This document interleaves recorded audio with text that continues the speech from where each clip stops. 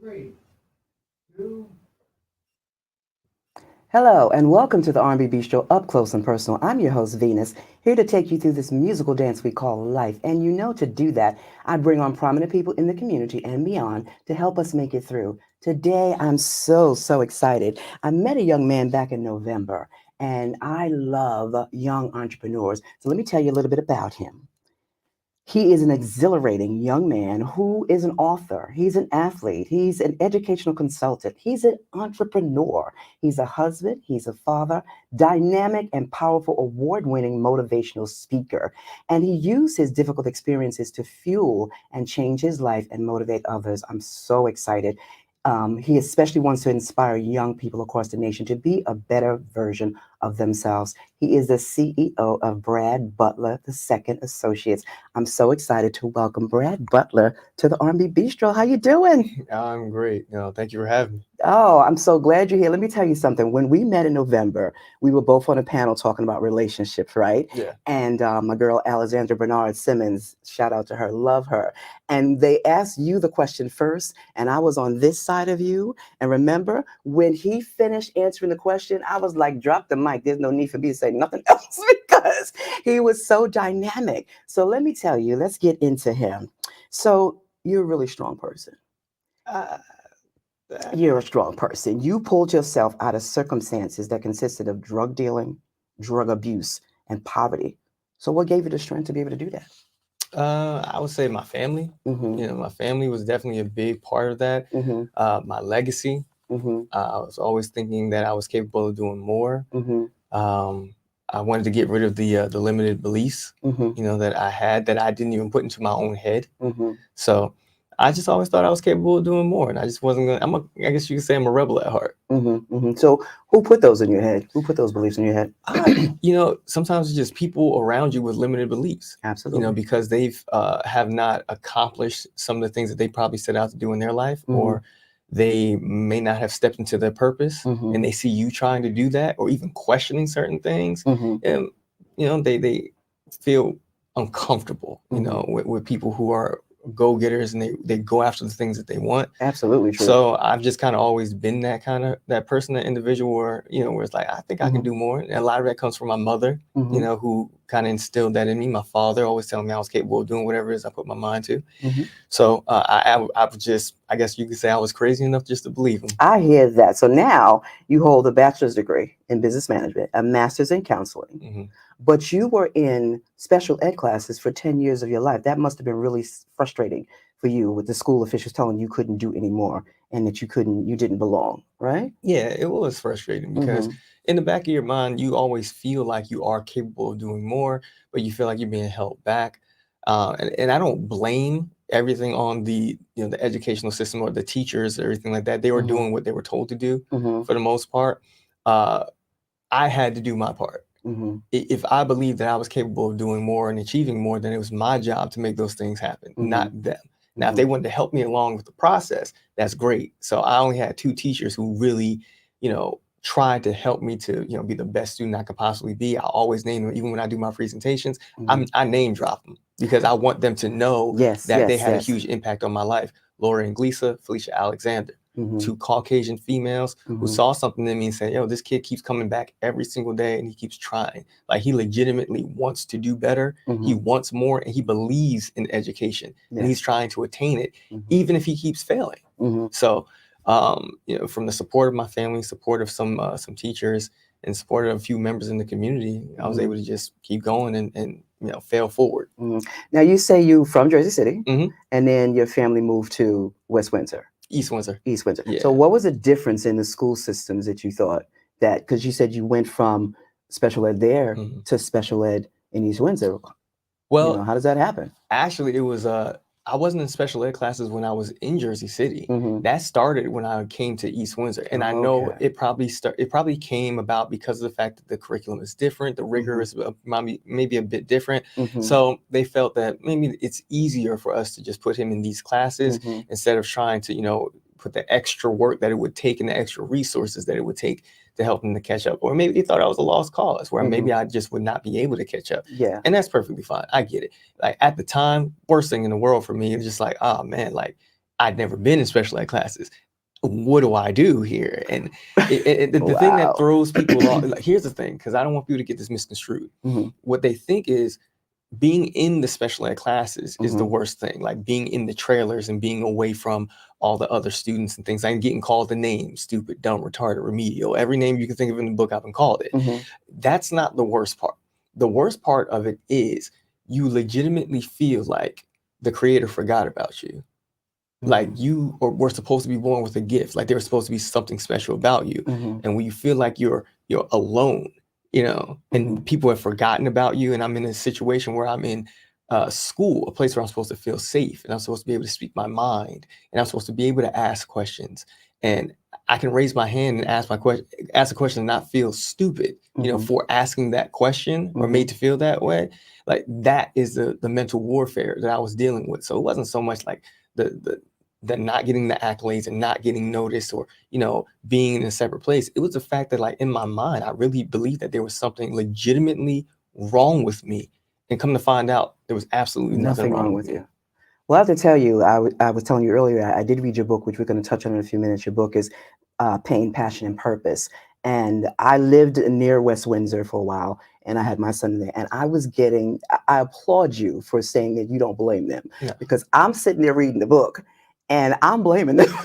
No. I was telling you, I was getting so upset with what was going on. I was like, where are these counselors and what are they doing? And I need to go talk to them. And this is what, years later, Yeah. I'm not even in that scene, but I was just, in the book, I was reading it and I wanted to cry because I just don't like that, And so I was like, I'm going to do something about it. And I'm like, Venus, it already happened. You're Right. reading the book, come back to earth, come back out. So that was one place that got me upset. And I'm deviating from this for a minute. The other thing was when you talked about football used to scare me. Oh. And you're an athlete and you won in school in one of your colleges an NCAA award, right? Yeah. And I'm going, but he's a little guy. Yeah. They're the way they pounce on you, they're gonna hurt him. I don't want him there. I'm like, Venus.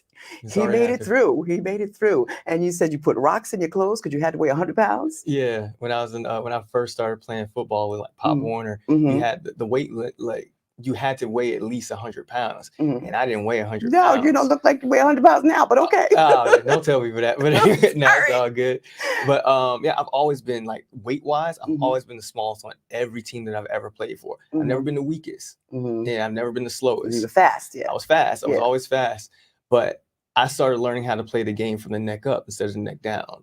And I started being able to make plays and do different things that other people weren't able to do. And it was like, how did he know that was going to happen? How did he know to be there? Or I would start off at the bottom of the depth chart, and by the time the school year started or whatever, I was at the top or whatever. High school didn't necessarily go the way that I planned. College didn't necessarily go the way that I planned. I kind of hit my stride playing semi-pro football and getting some opportunities to try out for some professional arena teams and things like that. But in college, you couldn't do that rock in the clothes thing. I actually did it. You did? Instead of rocks, it was sandbags. Oh, Lord. How do you put sandbags in your clothes and run around? It was on weighing day. I was wearing sweatpants and I had shorts underneath, and I cut a hole in the pocket so I could get the sandbags in there to make sure that I made weight, because that was one of the things. Coach did Dan you Garrett, ever make weight by yourself? No. Oh, Lord. Coach Dan Garrett, he told me before I left. Y'all are finding out about this now, but he's way past it. Yeah, I'm way past it. Yeah. I remember Coach Dan Garrett said to me, he said, Brad, you're going home for, summer, here's two things. Stay out of trouble and you better not lose weight. Because I had gained weight. The most I'd ever weighed in my life is 160 pounds. Okay. And that was all muscle. You weighed muscle. 160 pounds? Yeah, it was all muscle. Okay. So I was doing well. But he told me, I'm warning you, Brad, you better not come here and you lost weight. I went home. My situation was different from other people. I had to go home and work. So I was working and stuff. So of course I lost the weight and everything, but came back and I did what I had to do to get back, make sure I stayed on the team and still was able to play. You see why I love him? I love his drive. I love his determination. I love his stick-to-itness. And I want to double back. So I don't remember at what time this was. And this is the first time I had ever heard of this. When you talked about you wanted to go to take some classes in a school, but you found out about EEOF or EOF. So tell us about that. What is that? And at what point did you need that? Yeah, the EEO program or EOF program, because sometimes it has different names depending on what college or university you're at. They changed my life, because when I had the situation where I was talking to those teachers saying, hey, I want to go to college and this is what I want to do. At my school, they did not talk about community colleges at all. It was Okay. Ivy League. It was, the main Rutgers, Penn State. Like, it was the main colleges, main universities, I should say. No one ever spoke about Mercer County Community College or Middlesex Community College. I didn't know those were an option. So when they told me, hey, just work hard, take the SATs, do all these things, I did the best I could. I took the SATs twice and didn't necessarily get the best scores. I filled out every application I could get my hands on, to try to get into college. And I remember one day I had a stack of letters, that came to the house. My father was like, oh, you got a bunch of letters? I took the letters, went up to my room, and I started opening them. And one by one, it's like, we regret to inform you. We regret to inform you. We regret to inform you. I didn't get into one of those schools. I hugged the mail, laid down in the fetal position, and cried myself to sleep. And when I woke up, it don't take me long to get over something. Yes. And then after I woke up, got it out of my system, I went back to school and said, y'all told me that if I did X, Y, and Z, I'd be able to get into a college, and I didn't. So what's next? They said, well, listen, Brad, you don't have to be perfect. Just be present. We're going to find another opportunity for you. Let's try, a community college. And then that's when I ended up meeting Ala T. Farmer over at Mercer County Community College. I said Middlesex earlier. At Mercer County Community College, and meeting him and him guiding me and being my mentor. Like, And we he still told have you a about good that fun. we still have a great relationship to this day. And I got into the EOF programs, took classes in the summer, 2 weeks after graduating from high school. I said, let's go, let's get this thing rocking and rolling. And I went in and I said, I never looked back. Awesome, awesome, awesome. So now let's move forward. So you have a master's now. Yes. In counseling. Yes. All right. So why didn't you go work for a large corporation? Why did you decide to start your own business after you got your master's? I felt like I would have limited impact. So what I do, the reasoning behind getting my master's degree was so that when I was on stage speaking, I wasn't triggering the students. So there's a lot of speakers out here, they don't even realize that they're laying their trauma and their issues on the students, and then they just hop in their car and go home. Now you got the counselors that have to deal with this stuff. You have the teachers that have to deal with this stuff. And there's behaviors that are happening that you never see because you don't care. You just say whatever you want to say, and you think that you motivated them and empowered them, and you really triggered them because you're talking about your issues and they have the same issues, but you got over yours and they're still dealing with theirs. And they may not know how to get over theirs. Exactly. Or have that drive and determination that you have to get over it. So do you do motivational speaking full time? Yes, I'm a full-time speaker. I travel the country. I've spoken internationally. So, it's been a blessing to be where I am today. So your book, Pain, Passion, and Purpose.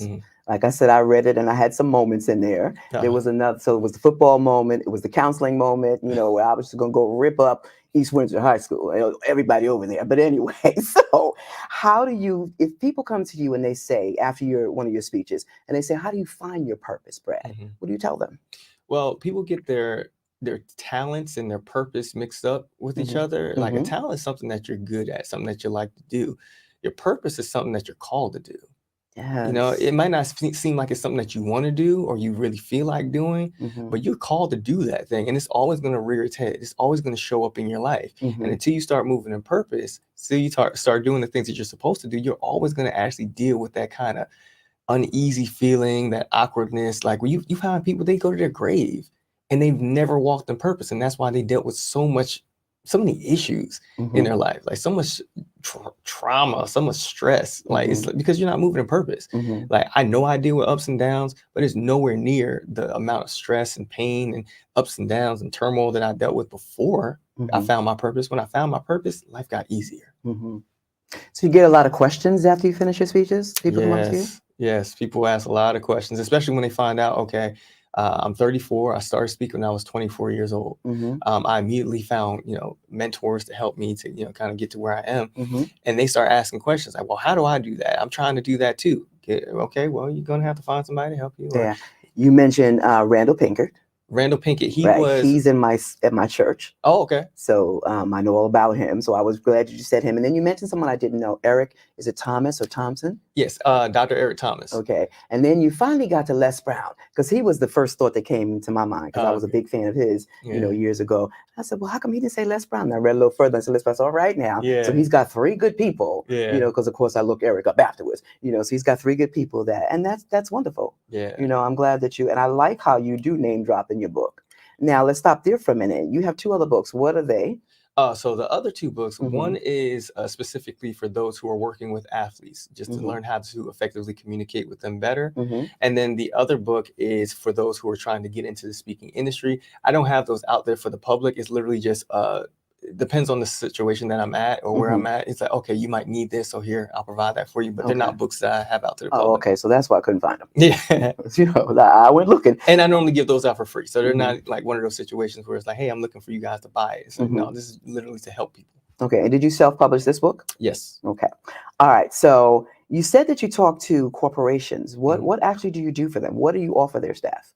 So when I'm coming into the corporations, I tell people all the time, I'm not the money guy. Mm-hmm. Don't call me if you want me to come in there talking about money and strategies and all that stuff. Don't call me for that. Mhm. That's not what I do. Like, go, you please go get somebody else. And Okay. if you need a referral, I can refer you to somebody. Okay. But you call me when you want to work on integrity, when you want to work on character and core values, when you want to work on effort, when you want to get the most out of your staff members, to get them to rethink, to be able to connect with the hearts and minds of the employees that you're dealing with. Because there's too many times where you have people who are working for you and you're not connected with them. Mm-hmm. The last time you had a lengthy conversation with them was during the interview process. When's the last time you actually talked to them, got to know, the life changes that they have, what's going on with their husband and their wife and their kids, and how they're doing with this, that, and the other. The biggest thing is if you get them to realize that being a good individual, a good person, a person of character, right, of integrity, that actually makes for a better employee. Mm-hmm. They'll last longer. Mhm. Like the turnover will definitely, it will start to And if you go know what away. kind of person they are, you Mhm. manage them differently Absolutely. because you can't manage everybody the same. Yeah. And that was a big pet peeve that I have, in corporate. They just don't manage people the same. So what does the day in the life of Brad Butler, the CEO, look like? Oh, man. My son wakes me up. Okay. He normally wakes me up, letting me know that it's time for me to turn on Miss Rachel or Coco Melon or whatever it is that he wants to watch. Mm-hmm. And that's normally a stern kick in the back. Okay. Wow. So I get up and we put it on, me or my wife, and he eats, and then we check on him, make sure he's good to go, and then I check my emails. Obviously I check with my wife, make sure she's good. Say good morning to her. Say good morning to him. Check Nice my husband. I noticed that in the meeting we had too. Go ahead. I try my best. Emails, posting content if it's necessary. If I'm doing that, checking with my team, anything that needs to be done. I'm always checking my calendar to see what do I need to do, what do I need to be, what do I have coming up. So let's stop there. You said you check with your team. Mm-hmm. How many people do you have in your team? And is this your family or people that you hire to work with you or what? Yeah, I didn't want to put that pressure on my family and try to have them work with me. But Mhm. as of right now, I probably have like maybe 3 or 4 people who are with us who, and they're, I'm just kind of paying them as individuals, as consultants. Yeah, I hear that. So being a husband and a father, how do you keep this balance with the business and the family? One of my first mentors, Kendall Ficklin, he told me it's not necessarily balance, because balance means that you're giving an equal amount of yourself to different areas, and that's might not amount to much. I'm going to steal that. Go ahead. No, go right ahead. Just give me credit twice, and then after that is yours. Twice? I got to give you it twice? Just twice. Okay, whatever you say. Go ahead. But he said it's more like a rhythm, right? I like that. Different times in your life require more, like a higher vibration from you. So, okay, at this point in my life, I'm doing more with my business, more with my my work, but I'm just coming off a season where I gave a huge amount of my time to my wife because she was pregnant, and during that time I worked for 6 months. Made X amount of dollars, and then I took off the next 6 months of the year so that I could spend time with her and my child. The biggest flex that I have as an entrepreneur, as a businessman, is not how much money I've made or the people I've been around or my mentors and things like that. It's the fact that I didn't miss one doctor's appointment that she had when she was pregnant. Nice. I like that. I got some quick little cute questions I want to, but really quickly, hopefully you can give me this quick so I can get into the cute questions. What legacy do you want to leave for your son? Oh, man, I just want to leave him a good name. I want to leave him a good name. And by that, what do you mean? I want, when people come to him and they say, "Hey, who's your father?" "Oh, Brad Butler II." "Oh, you good? And you need anything? Can I help you? Man, your father did this and that for me. You know what your father did for me?" Like, just his words. I like that. What do you do to relax?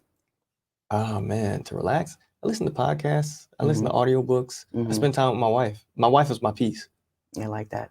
Say that again. My- Tell them in that camera there. Oh, this one right here. Tell them that. My wife is my peace. Yeah. Right. When it's biblical. I'm sorry. So if you're not biblical, you can just skip this part. But the biblical aspect of it, when a man finds a wife, he finds a good thing. So Suge, I love you. Whew. I'm moving to the next question. If you had to pick a song that describes your life right now, what would it be? A song that describes my life. Oh, man, I've been listening to this song heavy. Kalante Gavin, Peace Be Still. And you pick a gospel song. Oh yeah. Mm-hmm. Okay, I haven't heard it by Peace Be Gavin, but that's a real old traditional song, and it leaves me right now. James Cleveland. Okay. Yeah, I love Peace Be Still. It's a good song. Yeah. Good song. All right. So what makes a perfect day for you? A perfect day. Man, a perfect day is me being able to spend time with my wife, spend time with my son. They get the time that they need, Mhm. and then I get to get up, go speak life into, either students, educators, or corporation. Then I get to come back home that same day and spend the rest of the day with my family. Now, remember when I met you, you said that you're the outspoken one, Yeah. and she's the quiet one. Yeah. So she's not getting involved in any of the public speaking. I don't know, because I've had other people say that they would love to hear her side of things. And I've told her maybe one day that might end up happening, and she's kind of giving it some thought. Good. So if it happens, it happens. That'd be great. I love my wife, so I think it would go, hand in hand, because then people really get to see the reason why I am who I am, and been able to do the things that I've done and speak with the amount of power, energy, and passion that I do is because I'm able to be vulnerable with her. So, if people get to kind of see that, then they'll have a better understanding of why I have, kind of that synergy in my life. Now, I've watched some of your videos, so I can see the amount of power and energy that you speak with, but they may not know, they may not have seen it. And when you get up, do you ever get up and feel like, I don't have that to give that today? And if you do, what do you do? If you don't, what do you do? No, it's that kind of Kobe Bryant mentality, where, if you ever heard, with Kobe Bryant, he didn't miss games because of like injuries. Like, he would play because he said, man, what if this was, all the money that this person had? It's the only opportunity they had to see me play. I gotta play so they can see it. So that's the thought process that I have. When I get on that stage, I gotta give them everything I got every time. I hear that. Brad, give me 3 tips that if someone, an aspiring motivational speaker, wanted to go out and say, I want to be like Brad, how do I do that? Give me 3 concrete tips that they can go out and do. Find a mentor who is doing what you want to do at a high level. Master your craft, get your 10,000 hours in, and be consistent, because if you are persistent, you'll get it. But if you're consistent, you'll keep it. I love that. I remember you saying that in one of your speeches. So what's next for you? Do you think you'll expand your company, add some other speakers to your team, or what? Well, I'm putting New Jersey on notice right now. I hear that. I'm only probably going to be here for maybe like 2 more years. I did my best to try to stay around and do as much as I could here, but it hasn't expanded as much as I would like to. Most of my speaking engagements are out of the state. Right. It just is what it is. So I'm telling y'all now, I'm looking to come to North Carolina, Raleigh, North Carolina to be exact. So, have any connections out there with the educational system, come on and contact me so we can get this contract going, so I can come out there and do my thing. So while you're on contact, tell people how to stay connected with you. Okay. So if you want to contact me, literally all my social media platforms, Brad Butler II. If you want to find me on my website, it's bradbutler2.com, www.bradbutler2.com. Email address is contact@bradbutler2.com. Thank you so much, Brad. It has been a pleasure again meeting you. I'm going to follow you, and I'm going to pay attention to all your stuff. Thank you. And I feel like a proud mama. You learned that stuff about me on the stage when we were talking that motivational thing. That's how I am. I adopt people, and they become my son. My son's a bit older than you, but don't tell nobody. We won't tell them. All these people are watching. We won't tell them. All right. Thank you. Please come back again. Absolutely. All right. This has been the R B Bistro Up Close and Personal. I'm your host, Venus. Remember, it's never too late to live your dreams. And when you do, I'll be there encouraging you. Tell somebody to tell somebody about the R B Bistro. Again, we are a podcast. And I keep forgetting to tell you, I wrote a book. It's called Shades of Love. It's everything you want to know about relationships, the ups, the downs, the good and the bad, and everything in between. Take that however you want it. All right, I got to run. Tell the people about the podcast. Tell them about the show. And come on back next time to see who we chat with. Love you for watching. Bye now.